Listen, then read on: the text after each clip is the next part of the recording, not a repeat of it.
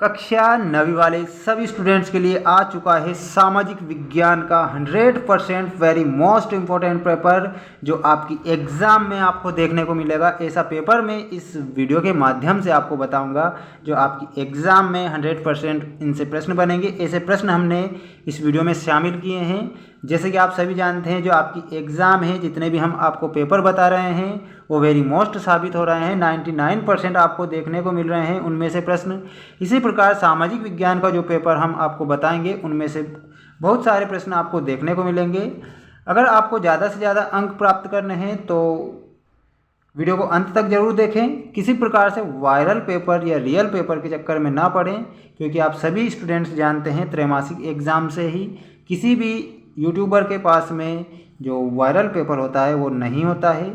और हमारे द्वारा जो पेपर बताए जाते हैं वेरी मोस्ट पेपर ही बताए जाते हैं, जैसा कि आपकी प्रैक्टिस हो सके। अब हम बढ़ते हैं हमारे प्रश्नों की ओर। चैनल पर नए हैं तो चैनल को जरूर सब्सक्राइब करें। क्वेश्चन नंबर आपसे पूछा गया है 4th वाला, निम्न में से सत्य असत्य लिखिए वाले में से। जैसा कि हमने आपको सही विकल्प और रिक्त स्थानों की पूर्ति कीजिए वाले क्वेश्चन आपको बता दिए हैं। इसके बाद जो क्वेश्चन हम लेकर आए हैं वेरी मोस्ट सत्य असत्य लिखिए वाले। प्रायद्वीपीय भारत की अधिकांश बड़ी नदियों का उद्गम क्षेत्र पश्चिमी घाट है क्या? तो इसमें आप करेक्ट उत्तर बताएंगे सत्य। प्रायद्वीपीय भारत की अधिकांश बड़ी नदियों का उद्गम क्षेत्र कहाँ से होता है? पश्चिमी घाट से होता है। प्रायद्वीपीय भारत की पश्चिमी घाट से होता है क्या? तो आप इसमें सत्य बताएंगे। किसी नदी तथा उसकी सहायक नदियों को परितंत्र कहा जाता है। किसी नदी तथा उसकी सहायक नदियों को क्या कहते हैं? परितंत्र कहते हैं। तो इसमें आपको सत्य बताना है। क्वेश्चन बन सकता है परितंत्र किसे कहते हैं, 2 नंबर में आएगा आपकी एग्जाम में।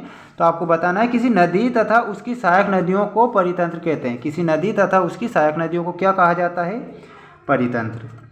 भागीरथी व अलकनंदा की धाराएं मिलकर गंगा नदी का निर्माण करती है। गंगा नदी का निर्माण किस तरह होता है? भागीरथी व अलकनंदा की धाराएं मिलकर किस नदी का निर्माण करती है? गंगा नदी का निर्माण करती है। तो इसमें आप सत्य बताएंगे।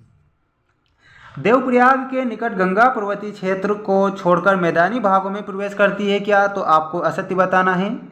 यमुना नदी का उद्गम यमुनोत्री हिमनदी से होता है, सत्य बताना है। सुंदरवन राष्ट्रीय पार्क रॉयल बंगाल टाइगर के प्राकृतिक निवास के रूप में प्रसिद्ध है, यानी कि आपको सत्य बताना है। ब्रह्मपुत्र नदी को बांग्लादेश में जमुना के नाम से जाना जाता है। तो यह बात सत्य है, जो ब्रह्मपुत्र नदी है बांग्लादेश में जमुना के नाम से जानी जाती है हमारी ब्रह्मपुत्र नदी, सत्य बताना है। नर्मदा और ताप्ती नदियाँ एक दूसरे के समांतर भ्रंश घाटी में प्रवेश करती है। तो आपको इसमें करेक्ट जो उत्तर बताना है सत्य बताना रहेगा। ठीक, नेक्स्ट क्वेश्चन है, वुलर झील का निर्माण भूगर्भीय क्रियाओं के परिणाम स्वरूप होता है क्या? तो इसमें आप करेक्ट उत्तर बताएंगे सत्य। गुरु गोविंद सागर नर्मदा नदी पर बनाया गया है। तो आपको करेक्ट जो उत्तर बताना है असत्य बताना रहेगा। इसके बाद हम बढ़ते हैं हमारी जो जोड़ी है वेरी मोस्ट जोड़ी, जो आपकी एग्ज़ाम में पूछी जाएंगी। ऐसी जोड़ी मैं आपको बताने जा रहा हूँ। झेलम नदी का जो उद्गम होता है वो कहाँ से होता है? तो पीर पंजाल श्रेणी से होता है, पीर पंजाल श्रेणी। व्यास नदी का उद्गम कहाँ से होता है? तो रोहतांग दर्रा आपको बताना है।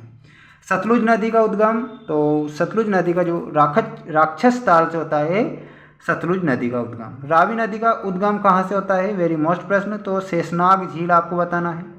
चिनार का तो आपको चंद्र तथा भागा आपको करेक्ट बताना है। स्क्रीनशॉट ले लीजिए। इसके बाद जो नेक्स्ट वीडियो है वो बहुत जल्द आने वाला है। तो हम मिलते हैं नेक्स्ट वीडियो में। जय हिंद।